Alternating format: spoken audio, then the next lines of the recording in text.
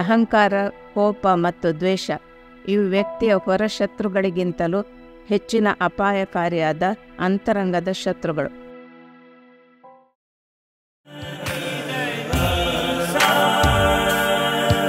ನಮ್ಮ ದೇಹದಲ್ಲಿ ಒಂದು ಚೈತನ್ಯವನ್ನು ತುಂಬುವಂತಹ ಶಕ್ತಿ ಯೋಗಕ್ಕೆ ಇದೆಯಾ ಅನ್ನುವಂಥದ್ದು ನನ್ನ ಪ್ರಶ್ನೆ. ನಮ್ಮ ದೈನಂದಿನ ಜೀವನದಲ್ಲಿ ಯೋಗದ ಅವಶ್ಯಕತೆ ಇದೆಯಾ?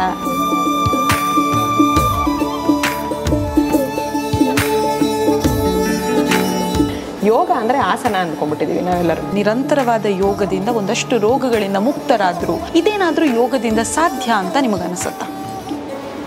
100% ಸಾಧ್ಯ.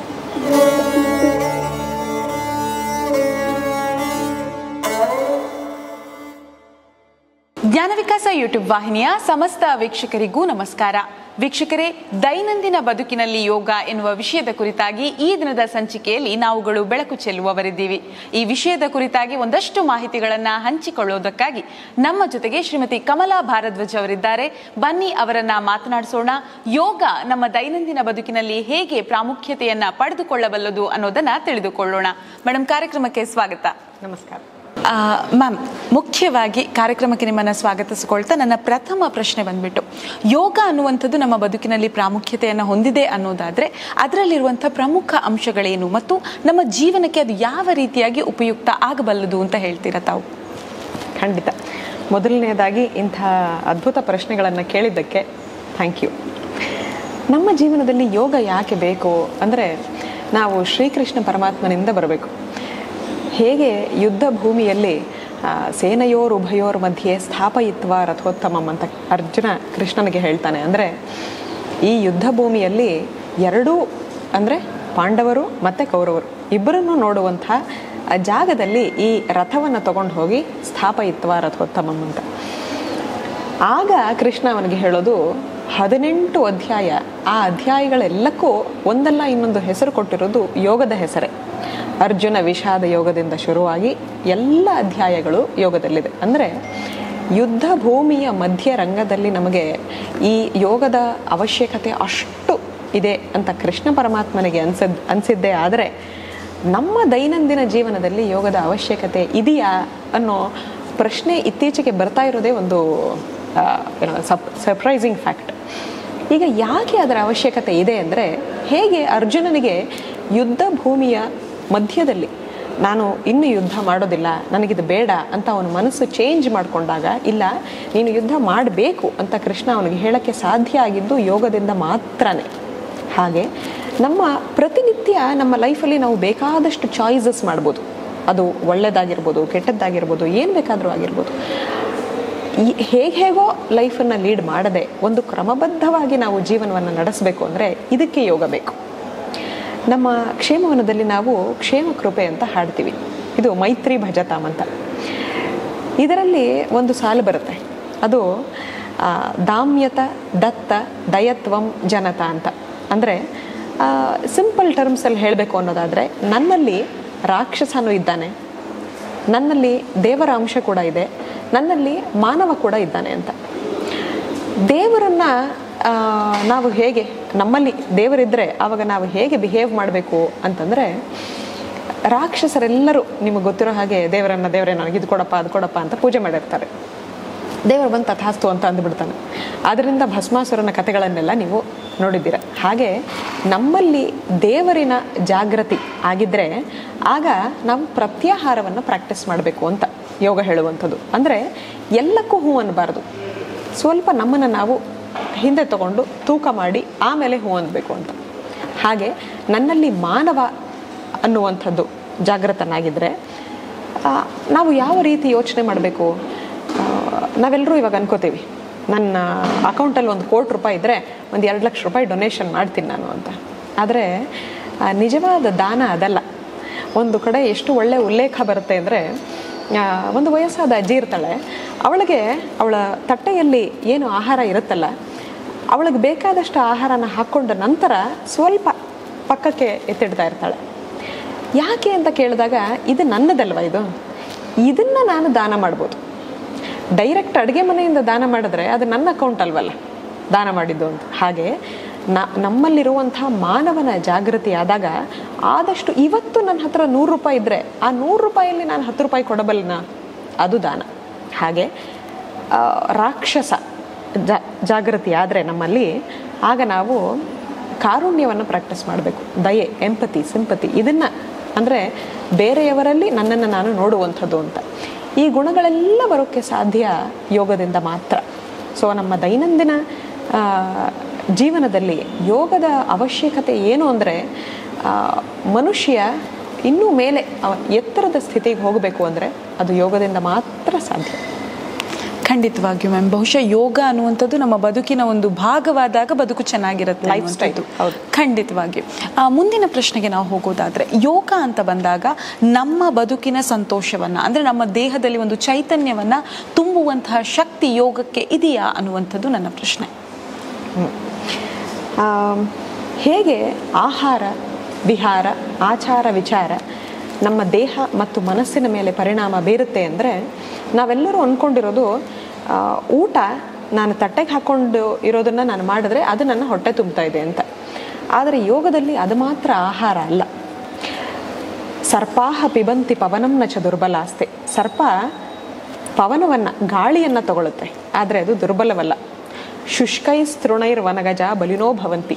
ವನಗಜ ಅಂದರೆ ಒಂದು ವೈಲ್ಡ್ ಟಸ್ಕರ್, ಒಂದು ಎಲಿಫೆಂಟ್, ಕಾಡಲ್ಲಿರುವಂಥ ಒಂದು ಆನೆ. ಬಲಿನೋ ಭವಂತಿ, ಅದು ಏನು ತಿನ್ಬೋದು? ಏನೋ ಮುರಿದೋಗಿರೋ ಟೊಂಗೆ ಅದು ಇದು ತಿನ್ಕೊಂಡಿರುತ್ತೆ.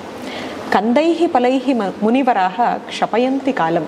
ಅಂದರೆ ಗೆಡ್ಡೆ ಗೆಣಸು ತಿಂದುಕೊಂಡಿರುವಂಥ ಮುನಿವರೇಣ್ಯರು 100 ವರ್ಷ ತುಂಬ ಆರೋಗ್ಯವಾಗಿರ್ತಾರೆ. ಸಂತೋಷ ಏವ ಪುರುಷಸ್ಯ ಪರಂ ನಿಧಾನಂ ಅಂತ. ಅಂದರೆ ಇವ್ರು ಯಾರು ಟೈಮ್ಗೆ ಸರಿಯಾಗಿ ನಾವು ಎಷ್ಟು ಕೀಟೋ ಡಯಟ್ ಫಾಲೋ ಮಾಡ್ತಾ ಇದ್ದೀವಿ, ಎಷ್ಟು ಕಾರ್ಬೋಹೈಡ್ರೇಟ್, ಮಿನರಲ್, ಪ್ರೋಟೀನ್, ಇದು ಯಾವುದ್ರ ಬಗ್ಗೆ ಅವ್ರಿಗೆ ಲಕ್ಷ್ಯವೇ ಇರೋದಿಲ್ಲ. ಆದರೆ ಸಂತೋಷ ಏವ ಪುರುಷಸ್ಯ ಪರಂ ನಿಧಾನಂ. ಅವರ ಮನಸ್ಥಿತಿ ಎಷ್ಟು, ಆ ಮನಸ್ಥಿತಿಯಲ್ಲಿ ಎಷ್ಟು ಸಂತೃಪ್ತಿ, ಸಮಾಧಾನ, ಸಂತೋಷ ಇರುತ್ತೆ ಅನ್ನೋದು, ಅಂದರೆ ಅದೇ ಅವರಿಗೆ ಕಾರಣ.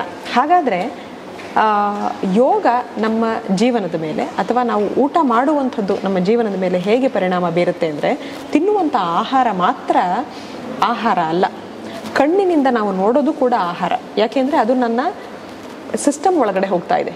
ಕಿವಿಯಿಂದ ಕೇಳೋದು ಆಹಾರ. ನಮ್ಮ ಪಂಚೇಂದ್ರಿಯದಿಂದ ನಾವು ಏನನ್ನು ನಮ್ಮ ದೇಹದ ಒಳಗಡೆ, ಮನಸ್ಸಿನ ಒಳಗಡೆ ತಗೊಳ್ತೀವೋ ಅವೆಲ್ಲವೂ ಆಹಾರ.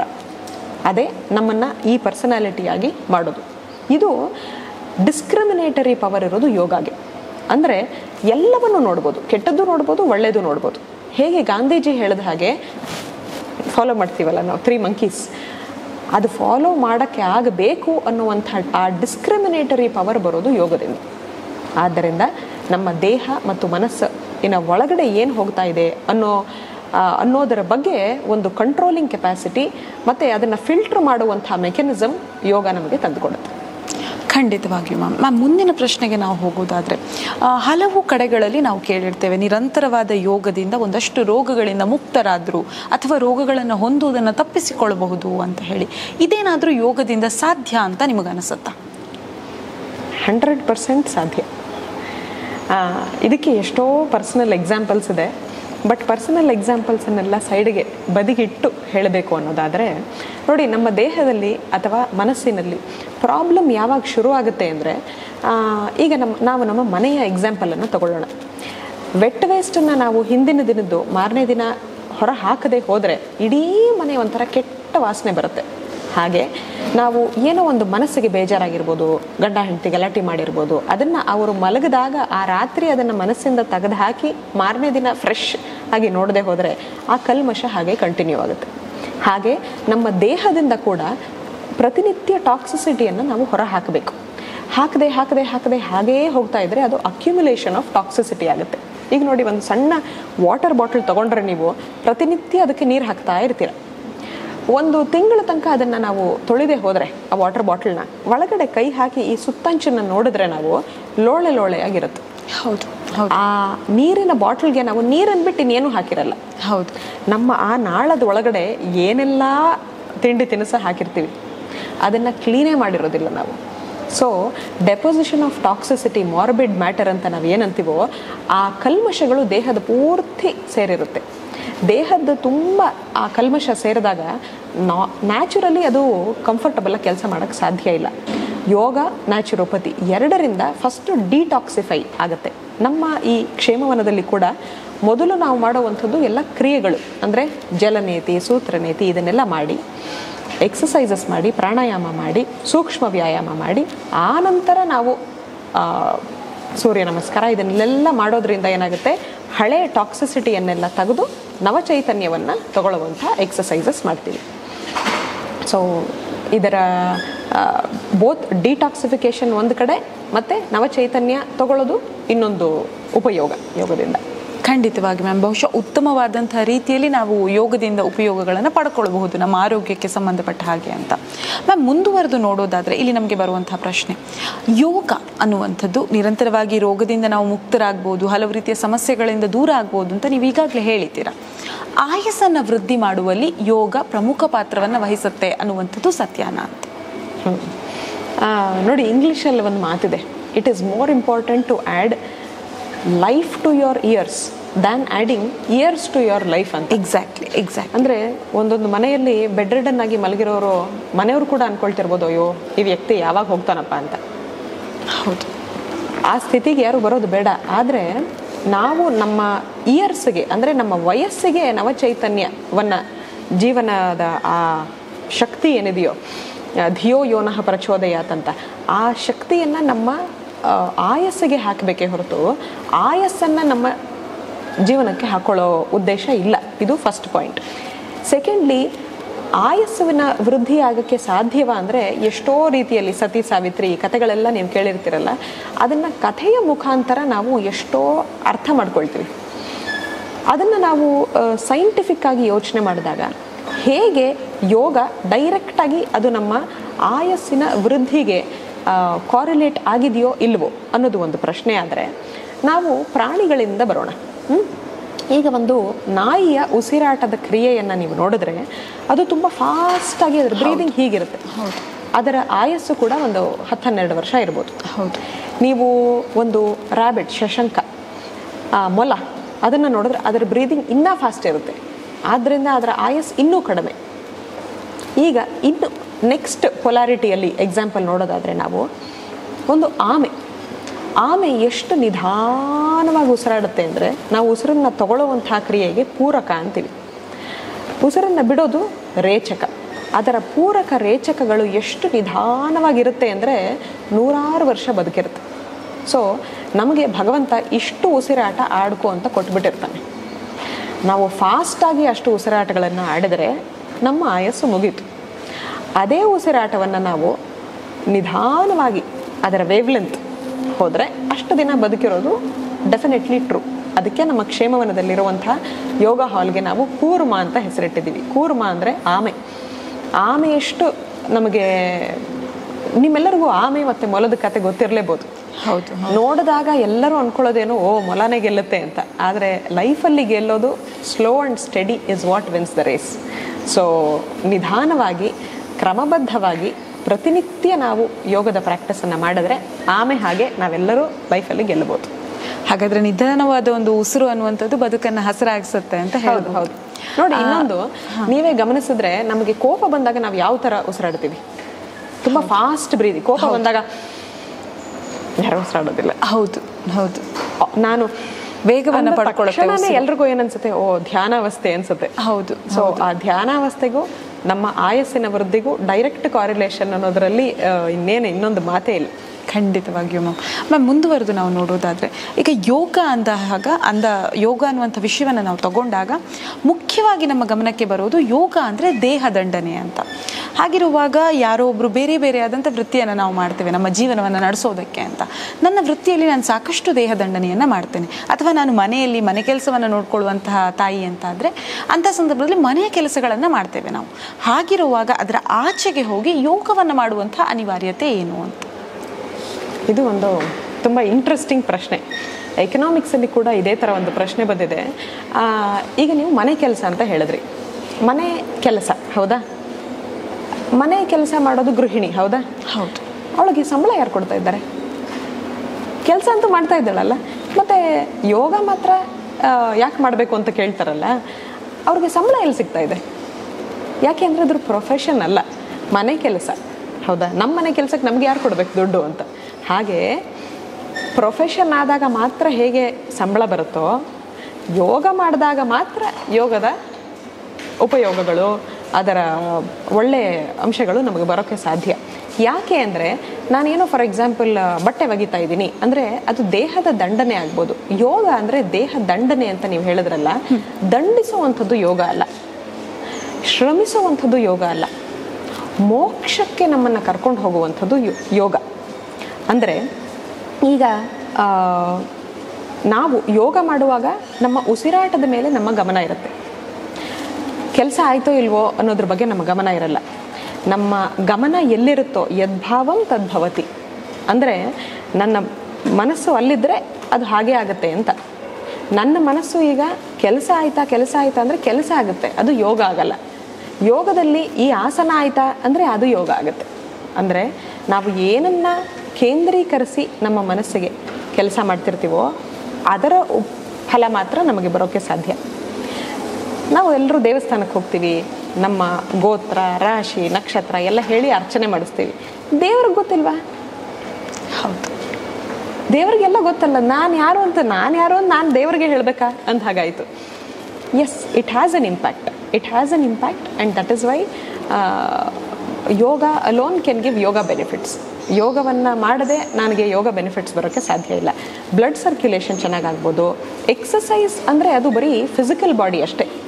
ಯೋಗ is a combination of mind, body, spirit, ಮೂರರ ಸಮ್ಮಿಲನ. ಆ ಸಮ್ಮಿಲನ ಆಗೋದು ಯೋಗದಲ್ಲಿ ಮಾತ್ರ. ದೇಹ ದಂಡನೆಯಿಂದ, ಎಕ್ಸಸೈಸಿಂದ, ಮನೆ ಕೆಲಸದಿಂದ ಖಂಡಿತ ಅಲ್ಲ.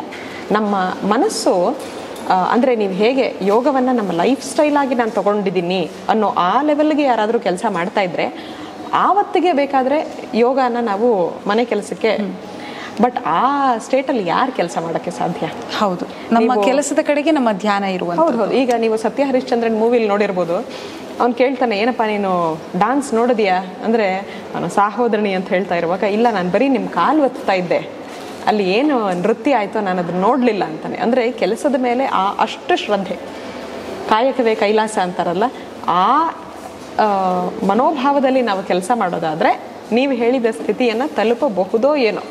ನಾವೆಲ್ಲರೂ ಜನಸಾಮಾನ್ಯರು ಆಗಿರೋದ್ರಿಂದ ಯೋಗನೇ, ಮನೆ ಕೆಲಸನೇ. ಅದಕ್ಕಾಗಿ ನಾವು ಸಮಯವನ್ನು ಮೀಸಲಿಡೋದು ಬಹಳ ಮುಖ್ಯ ಅಂತ ಹೇಳಿ ಮುಂದುವರೆದು ನಾವು ನೋಡೋದಾದರೆ, ಯೋಗ ಮಾಡುವಂಥ ಸಂದರ್ಭದಲ್ಲಿ ಯಾವ ಲಿಂಗ ಇರ್ಬೋದು, ಅಥವಾ ಆತನ ವಯಸ್ಸೇನು ಅನ್ನುವಂಥದ್ದು ಇರ್ಬೋದು, ಅಥವಾ ಆತನ ದೇಹ ಸ್ಥಿತಿ, ಇವುಗಳೆಲ್ಲವೂ ಕೂಡ ಆತನಿಗೆ ಒಂದು ಗಣನೀಯ ವಿಷಯವಾಗಿ ಪರಿಗಣಿಸಬಹುದಾ? ಅಂದರೆ ಈ ಎಲ್ಲವೂ ಕೂಡ ಮಾನದಂಡವಾದ ಪಕ್ಷದಲ್ಲಿ ಆತ ಯೋಗವನ್ನು ಮಾಡಬಹುದು ಅಥವಾ ಮಾಡದೇ ಇರಬೇಕಾಗ್ತದೆ ಅನ್ನುವಂಥದ್ದು ಏನಾದರೂ ಇದೆಯಾ? Good question. ಯೋಗದಲ್ಲಿ ನಮ್ಮ ಪತಂಜಲಿ ಅವರೇ ಇದರ ಬಗ್ಗೆ ಒಂದು ಶ್ಲೋಕವನ್ನೇ ಬರೆದುಬಿಟ್ಟಿದ್ದಾರೆ. ಬಾಲ್ಯ, ವೃದ್ಧ, ವ್ಯಾಧಿತೋವ ಅಂತ. ಅಂದರೆ ಗರ್ಭ ಸಂಸ್ಕಾರದ ಬಗ್ಗೆ ನಾವು ನೆನ್ನೆ ಮಾತಾಡ್ತಾ ಇದ್ವಿ, ಹೇಗೆ ಮಗು ಗರ್ಭದಿಂದನೇ ಯೋಗವನ್ನು ಶುರು ಮಾಡ್ಬೋದು ಅಂತ. ಹಾಗೆ ಬಾಲ್ಯ, ವೃದ್ಧ ಅಂದರೆ ವಯಸ್ಸಾದವರು, ವ್ಯಾಧಿತೋವ ಅಂದರೆ ಬೆಡ್ ರಿಡನ್ ಆಗಿರುವಂಥವರು ಕೂಡ ಯೋಗವನ್ನು ಮಾಡ್ಬೋದು. ನಾವೆಲ್ಲರೂ ಇತ್ತೀಚೆಗೆ ಯೋಗ ಅಂದರೆ ಏನು ಅಂದ್ಕೊಂಡ್ಬಿಟ್ಟಿದ್ದೀವಿ ಅಂದರೆ ಆಸನ ಅಂತ. ಯೋಗದ ದೊಡ್ಡ ಸಾಗರದಂಥ ಸಬ್ಜೆಕ್ಟನ್ನು ಯೋಗ ಅಂದರೆ ಆಸನ ಅಂದ್ಕೊಂಡ್ಬಿಟ್ಟಿದ್ದೀವಿ ನಾವೆಲ್ಲರೂ. ಯೋಗ ಅಂದರೆ ಖಂಡಿತ ಆಸನ ಅಲ್ಲ. ಯಾಕೆಂದರೆ ಅಷ್ಟಾಂಗ ಯೋಗದಲ್ಲಿ ಆಸನಕ್ಕೆ ಕೊಟ್ಟಿರುವಂಥದ್ದೇ 3rd ಸ್ಟೆಪ್. ಫಸ್ಟ್ ಯಮ, ನಿಯಮ, ಆಮೇಲೆ ಆಸನ. ಅಂದರೆ ಮೊದಲು ನನ್ನ ಸುತ್ತಮುತ್ತಲಿನ ಪರಿಸ್ಥಿತಿ ಅಥವಾ ಪರಿಸರ ಹೇಗಿಟ್ಕೊಂಡಿದ್ದೀನಿ, ನಾನು ತುಂಬ ಕ್ಲೀನಾಗಿದೆಯಾ, ನನ್ನ ಮನಸ್ಸು ಎಷ್ಟರ ಮಟ್ಟಿಗೆ ಕ್ಲೀನಾಗಿದೆ, ನನ್ನ ಮನೋವಿಕಾರಗಳೇನಾದರೂ ಇದೆಯಾ, ಇದನ್ನೆಲ್ಲ ಪ್ರಾಕ್ಟೀಸ್ ಮಾಡಿ ಆದ ಮೇಲೆ ನನ್ನ ದೇಹವನ್ನು ಆಸನಕ್ಕೆ ತರುವಂಥದ್ದು. ಆಮೇಲೆ ಪ್ರಾಣಾಯಾಮ, ಪ್ರತ್ಯಾಹಾರ, ಧಾರಣ, ಧ್ಯಾನ, ಸಮಾಧಿ ಅಂತ. ಈ ಪ್ರೊಸೀಜರಲ್ಲಿ ಯೋಗ ಅಂದರೆ ಈಗೆಲ್ಲ ತುಂಬ ಫೇಮಸ್ ಆಗಿರುವಂಥದ್ದು ಆಸನ. ಬಟ್ ಆಸನವನ್ನು ಹೊರತಾಗಿ ಪ್ರಾಣಾಯಾಮ, ಧ್ಯಾನ, ಬಂಧ, ಮುದ್ರ, ಕ್ರಿಯಾ, ಮೆಡಿಟೇಷನ್ ಈ ಥರ ಬೇಕಾದಷ್ಟು ಇರೋದ್ರಿಂದ ಎಲ್ಲರೂ ಚಿಕ್ಕ ವಯಸ್ಸಿನ ಮಕ್ಕಳಿಂದ ಹಿಡಿದು ನಾನು ಹೇಳಿದ ಹಾಗೆ ಬೆಡ್ ರಿಡನ್ ಆಗಿರೋರು ಕೂಡ ಅವರಿಗೇ ಆದಂಥ ಕಸ್ಟಮೈಸ್ಡ್ ಯೋಗನ ಫಾಲೋ ಮಾಡ್ಬೋದು. ಬೆಡ್ ರಿಡನ್ ಆಗಿದ್ದೀವಿ, ಇವಾಗ ನಾವು ಏನು ಯೋಗ ಮಾಡ್ಬೋದು ಅಂದರೆ ಅವ್ರು ಸಿಂಪಲ್ ಮುದ್ರೆಗಳನ್ನು ಪ್ರಾಕ್ಟೀಸ್ ಮಾಡ್ಬೋದು. ತುಂಬ ಪುಟ್ಟ ಮಕ್ಕಳಿದ್ದಾರೆ, ಒಂದು ಕಡೆ ಅವ್ರು ಕೂತ್ಕೊಳ್ಳೋದೇ ಇಲ್ಲ, ಅವ್ರು ಏನು ಪ್ರಾಕ್ಟೀಸ್ ಮಾಡ್ಬೋದು ಅಂದರೆ ರಾಗ ಥೆರಪಿಯನ್ನು ಪ್ರಾಕ್ಟೀಸ್ ಮಾಡ್ಬೋದು.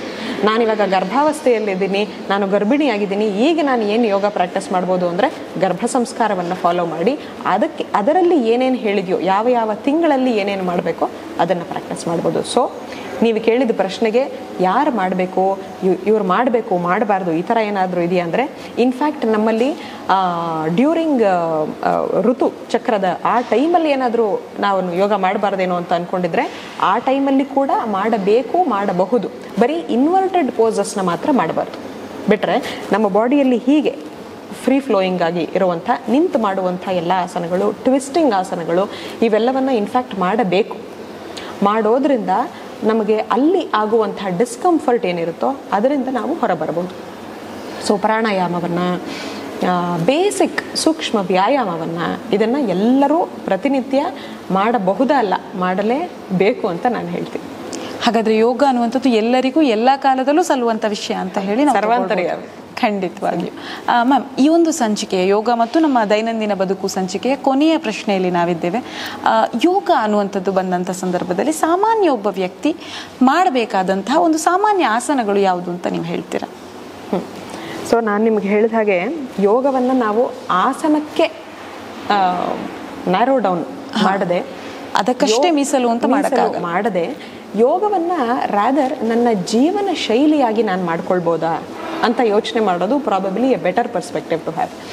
ಅಂದರೆ ಹೇಗೆ ಅರ್ಜುನ ವಿಷಾದ ಯೋಗದಿಂದ ಶುರುವಾಗುತ್ತೋ ಭಗವದ್ಗೀತೆ, ನಮ್ಮ ಲೈಫಲ್ಲೂ ಕೂಡ ಸತ್ವ, ರಜೋ, ತಮೋ ಅನ್ನುವಂಥ 3 ಗುಣಗಳಿರುತ್ತೆ. ನಾವು ತ್ರಿಗುಣಾತೀತರಾಗೋದಕ್ಕೆ ಯೋಗ ಹೆಲ್ಪ್ ಮಾಡುತ್ತೆ. ನಾವು ಯೋಗವನ್ನು ಒಂದು ಮೈಂಡ್ ಸೆಟ್, ಒಂದು ಪರ್ಸ್ಪೆಕ್ಟಿವ್ ಆಗಿ ಯೋಚನೆ ಮಾಡೋದು ಉತ್ತಮನೇ ಹೊರತು ಅದನ್ನು ಆಸನಕ್ಕೆ ನ್ಯಾರೋ ಡೌನ್ ಮಾಡೋದು ಬೇಡ. ಆದರೂ ಸಹ ಪ್ರತಿನಿತ್ಯ ಎಲ್ಲರೂ ಎಲ್ಲವನ್ನೂ ಮಾಡಬಹುದಾ ಅಂದರೆ ನಾಡಿ ಶೋಧನ ಪ್ರಾಣಾಯಾಮವನ್ನು ನಿತ್ಯ ಎಲ್ಲರೂ ಮಾಡಬಹುದು. ಬೇಸಿಕ್ ಯೋಗ ಮಾಡೋದಕ್ಕಿಂತ ಹೆಚ್ಚಾಗಿ ನಿಮ್ಮ ಬಾಡಿಯ ಮೊಬಿಲಿಟಿಯನ್ನು ಚೆನ್ನಾಗಿ ಇಟ್ಕೊಳ್ಳೋದಕ್ಕೆ ಎಲ್ಲರೂ ಒಂದು ಅರ್ಧ ಗಂಟೆ 45 ನಿಮಿಷ ವಾಕಿಂಗ್ ಮಾಡೋದು ಅತ್ಯುತ್ತಮ. ಆದರೆ ಇತ್ತೀಚೆಗೆ ಹಠಯೋಗ, ಪಿಲಾಟೆ, ಪವರ್ ಯೋಗ, ಈ ಥರ ಎಷ್ಟೋ ಫಾರ್ಮ್ಸ್ ಆಫ್ ಯೋಗ ಬಂದಿದೆ. ನಮ್ಮಲ್ಲಿ ಕೂಡ ಜನ ಬಂದು ಏನು ಕೇಳ್ತಾರೆ ಅಂದರೆ ನಮಗೊಂದು ಸ್ವಲ್ಪ ಪಿಲಾಟೆ ಫಾರ್ಮ್ ಆಫ್ ಯೋಗ ಹೇಳ್ಕೊಡಿ ಅಂತ ಕೇಳ್ತಾರೆ. ಯೋಗ ಅನ್ನುವಂಥದ್ದು ಹಾಗಲ್ಲ. ಯೋಗ ನಾನು ನಿಮ್ಮ ದೇಹ ಮತ್ತು ಮನಸ್ಸು ಇವೆರಡರ ಸ್ಥಿತಿಯನ್ನು ಗಮನಿಸಿ ನಿಮ್ಮ ಕೇಸ್ ಸ್ಟಡಿಯನ್ನು ತಗೊಂಡು ನಿಮಗೇ ಕಸ್ಟಮೈಸ್ಡ್ ಆಗಿ ನೀವು ಏನು ಮಾಡಬೇಕು ಅಂತ ಹೇಳುವಂಥದ್ದು ಯೋಗ. ಹೇಗೆ ದಶಮಹಾವಿದ್ಯದಲ್ಲಿ ಒಂದೊಂದು ವಿದ್ಯೆಗೂ ಒಂದೊಂದು ಫಲ ಇದೆಯೋ ಹಾಗೆ ನಮಗೆ ಏನು ಬೇಕು ಅದನ್ನು ನಾವು ಮಾಡಬೇಕೇ ಹೊರತು ಜನರಲ್ ಆಗಿ ಎಲ್ಲರೂ ಇದನ್ನು ಮಾಡಿ ಅಂತ ಹೇಳೋದ್ರಿಂದ ಆದಷ್ಟು ಆ ಕಾನ್ಸೆಪ್ಟಿಂದ ನಾವು ಹೊರಗಡೆ ಬರೋದು ಉತ್ತಮ ಅಂತ ನಾನು ಭಾವಿಸ್ತೀನಿ. ಬಟ್ ಸ್ಟಿಲ್ ಬೇಸಿಕ್ ಎಕ್ಸಸೈಸಸ್ ಅಂದರೆ ಸೂಕ್ಷ್ಮ ವ್ಯಾಯಾಮಗಳನ್ನು ಎಲ್ಲರೂ ಮಾಡಬಹುದು. ಧ್ಯಾನಾವಸ್ಥೆಯಲ್ಲಿ ಎಲ್ಲರೂ ಇರೋದು ತುಂಬ ಅದರ ಅವಶ್ಯಕತೆ ತುಂಬ ಇತ್ತೀಚಿನ ದಿನಗಳಲ್ಲಿ ಇದೆ. ಆದರೆ ಯಾರಿಗೆ ತುಂಬ ಮೈಂಡ್ ಡಿಸ್ಟರ್ಬ್ ಆಗಿರುತ್ತೋ ನಾವು ಅವ್ರಿಗೆ ಡೈರೆಕ್ಟಾಗಿ ಧ್ಯಾನ ಮಾಡಿ ಅಂತ ಹೇಳೋದಿಲ್ಲ. ಹಠ ಯೋಗ ಅಂತ ನಾವೇನಂತೀವೋ ಅದು ಹಠವಾಗಿ ಯೋಗ ಮಾಡುವಂಥದ್ದಲ್ಲ. ಹಠ ಅಂದರೆ hot cold type, sympathetic parasympathetic nervous system ಅಂತ. ಸೊ ಯಾರಿಗೆ ಮನಸ್ಸು ತುಂಬ ಡಿಸ್ಟರ್ಬ್ ಆಗಿದೆಯೋ, ಡಿಪ್ರೆಷನ್, ಆಂಗ್ಸೈಟಿ ಈ ಥರ ಇದ್ದಾರೋ, ಅವರ ಮನಸ್ಸಿನ ಮೇಲೆ ತುಂಬ ಟ್ಯಾಕ್ಸ್ ಆಗಿದ್ದರೆ ನಾವು ಅವ್ರಿಗೆ ಫಿಸಿಕಲ್ ಎಕ್ಸಸೈಸಸ್ ಜಾಸ್ತಿ ಹೇಳ್ಬೋದು. ಯಾರಿಗೆ ದೇಹದ ಶ್ರಮ ತುಂಬ ಜಾಸ್ತಿ ಆಗಿದೆಯೋ ಅವರ ಮನಸ್ಸನ್ನು ನಾವು ಪ್ರಫುಲ್ಲಗೊಳಿಸ್ಬೋದು. ಅಂದರೆ ನನಗೆ ಆಲ್ರೆಡಿ ದೇಹಕ್ಕೆ ತುಂಬ ಶ್ರಮ ಆಗಿದೆ ಅಂದರೆ ಫಿಸಿಕಲ್ ಎಕ್ಸಸೈಸೇ ಮತ್ತೆ ಮಾಡಿ ಅಂತ ಹೇಳಬಾರ್ದು. ನನ್ನ ಮೈಂಡು ನನ್ನ ಬಾಡಿಯನ್ನು ಮೇಲೆ ಎತ್ಕೊಂಡು ಬರೋಕ್ಕೆ ಹೆಲ್ಪ್ ಮಾಡಬೇಕು. ಹಾಗೆ ಮೆಂಟಲಿ ನನಗೆ ತುಂಬ ಎಕ್ಸಾಸ್ಟ್ ಆಗಿಬಿಟ್ಟಿದ್ದೀನಿ ಅಂತ ಕೂತು ಹಾಗೆ ಇವಾಗ ಫಾರ್ ಎಕ್ಸಾಂಪಲ್ ಎಷ್ಟೊಂದು ಜನ ಇಂಜಿನಿಯರ್ಸ್ ಎಲ್ಲ ಸುಮ್ಮನೆ ಬೆಳಗ್ಗೆಯಿಂದ ಹೀಗೆ ಕೆಲಸ ಮಾಡ್ತಿರ್ತಾರೆ, ಅವ್ರ ಫಿಸಿಕಲ್ ಬಾಡಿಗೆ ಎಕ್ಸಸೈಸೇ ಇಲ್ಲ.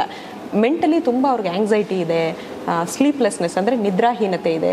ಇಂಥವರು ಸ್ವಲ್ಪ ಫಿಸಿಕಲ್ ಎಕ್ಸಸೈಸ್ ಮಾಡಬೇಕು. ಸೊ ನಾನು ಏನು ಅನ್ನೋದರ ಮೇಲೆ ನಾನು ಯೋಗವನ್ನು ನನಗೆ ಕಸ್ಟಮೈಸ್ ಮಾಡ್ಕೊಳ್ಳೋದು ಉತ್ತಮ. ಖಂಡಿತವಾಗಿಯೂ ಮ್ಯಾಮ್, ದೈನಂದಿನ ಬದುಕಿನಲ್ಲಿ ಯೋಗ ಅನ್ನುವಂಥ ವಿಷಯದ ಬಗ್ಗೆ ಸಾಕಷ್ಟು ಮಾಹಿತಿ ಮಾರ್ಗದರ್ಶನವನ್ನು ನೀಡಿದ್ದೀರಾ. ತಮಗೆ ಹೃತ್ಪೂರ್ವಕವಾದ ಧನ್ಯವಾದಗಳು. ಧನ್ಯವಾದ. ವೀಕ್ಷಕರೇ, ಇಷ್ಟು ಹೊತ್ತು ದೈನಂದಿನ ಬದುಕಿನಲ್ಲಿ ಯೋಗ ಎನ್ನುವಂತಹ ವಿಷಯದ ಬಗ್ಗೆ ಸಾಕಷ್ಟು ಮಾಹಿತಿ ಮಾರ್ಗದರ್ಶನವನ್ನು ಪಡೆದುಕೊಂಡಿದ್ದೀರಾ. ಇಂತಹ ಇನ್ನೊಂದು ಸಂಚಿಕೆಯ ಜೊತೆಗೆ ನಿಮ್ಮನ್ನ ಮತ್ತೆ ಭೇಟಿಯಾಗ್ತೀವಿ. ನಮಸ್ಕಾರ.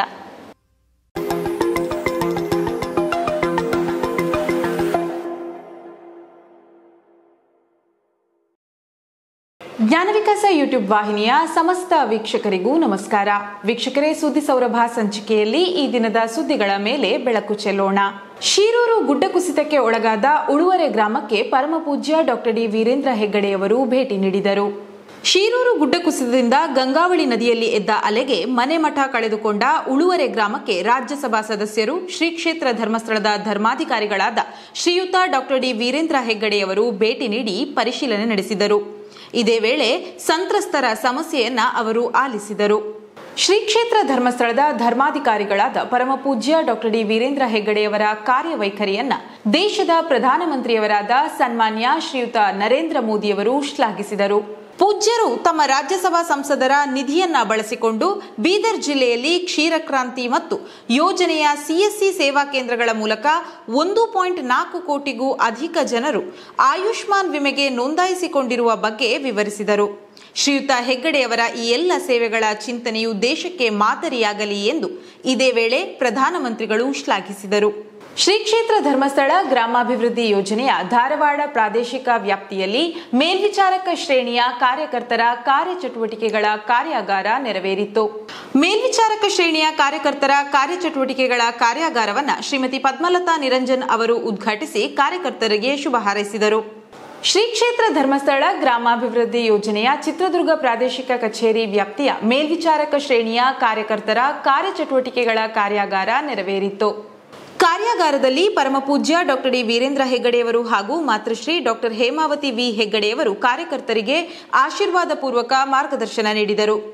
ಯೋಜನೆಯ ಮುಖ್ಯ ಕಾರ್ಯನಿರ್ವಾಹಕ ಅಧಿಕಾರಿಗಳಾದ ಶ್ರೀಯುತ ಅನಿಲ್ ಕುಮಾರ್ ಎಸ್ಎಸ್ ಅವರು ಕಾರ್ಯಾಗಾರದಲ್ಲಿ ಭಾಗವಹಿಸಿ ಮಾಹಿತಿ ಮಾರ್ಗದರ್ಶನ ನೀಡಿದರು. ವೀಕ್ಷಕರೇ, ಮುಂದಿನ ಸುದ್ದಿ ಸೌರಭ ಸಂಚಿಕೆಯ ಜೊತೆಗೆ ನಿಮ್ಮನ್ನ ಮತ್ತೆ ಭೇಟಿಯಾಗ್ತೀವಿ. ನಮಸ್ಕಾರ.